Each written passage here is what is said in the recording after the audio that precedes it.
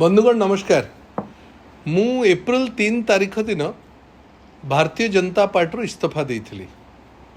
एवं मु इस्तीफा पत्र रे लिखिथिली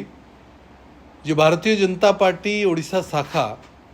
संपूर्ण भाव में भिन्न एक दल एवं जोटा पार्टी विथ डिफरेन्स बोली जोटा कुआ जाउथला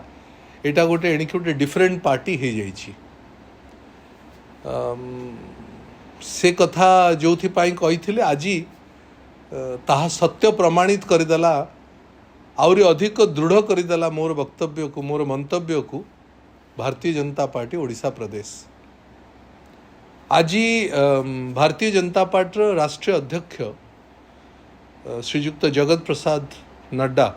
प्रकाश नड्डा आज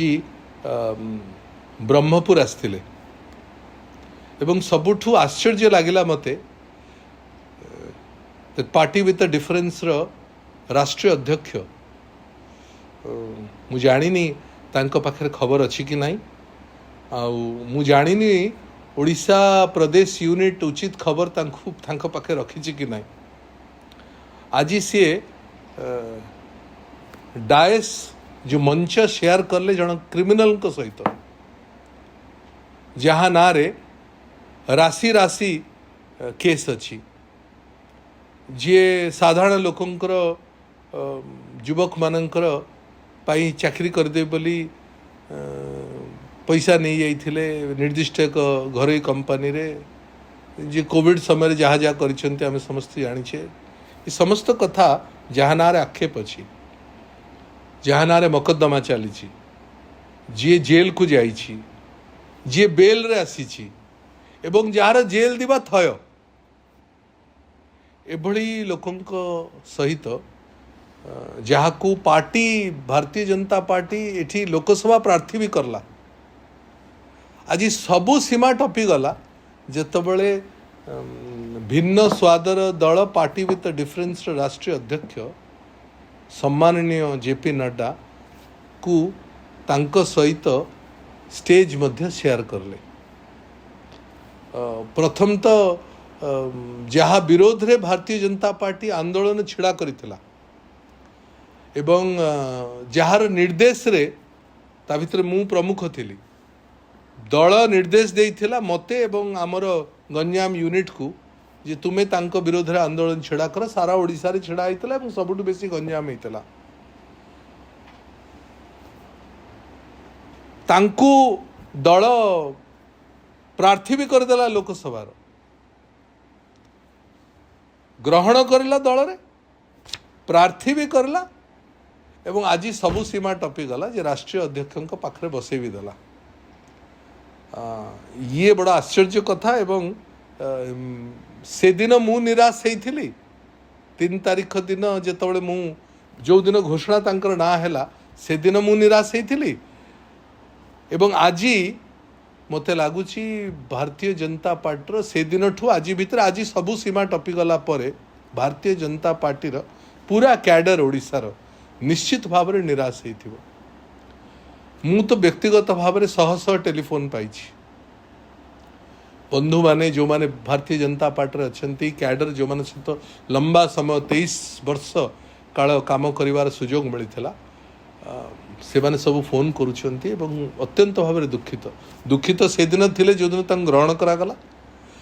दल रे दुखित आउरी अधिक होइथिले जो दिन तांको प्रार्थी करागला एवं सबू दुखर सीमा आज से मानकर टपी आइथिबो जेतबळे आज जेपी नड्डा सहित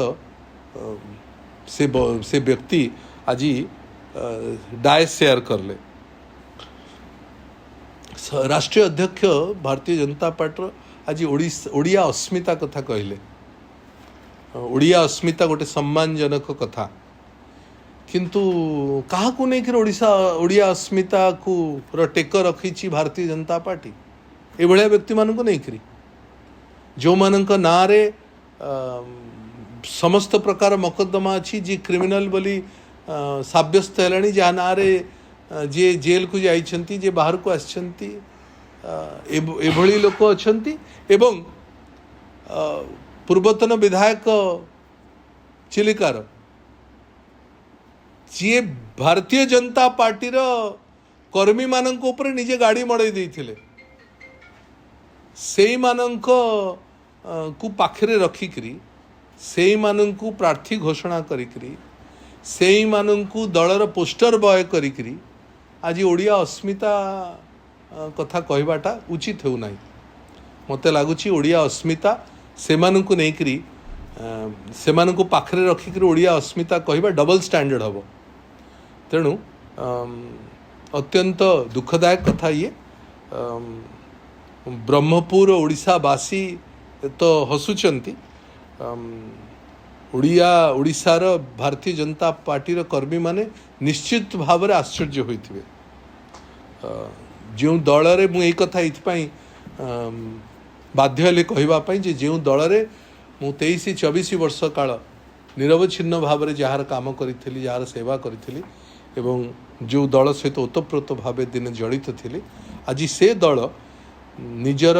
मूल लक्ष्य विच्युत होची एटा देखिकरी भल लगिला नहीं। बंधु मानकर जो भली भाव में आवेग एवं फोन आसिला मते लगिला मनर कथा थरे कहवा कथा आपण मानक सामना रे। बहुत बहुत धन्यवाद। नमस्कार।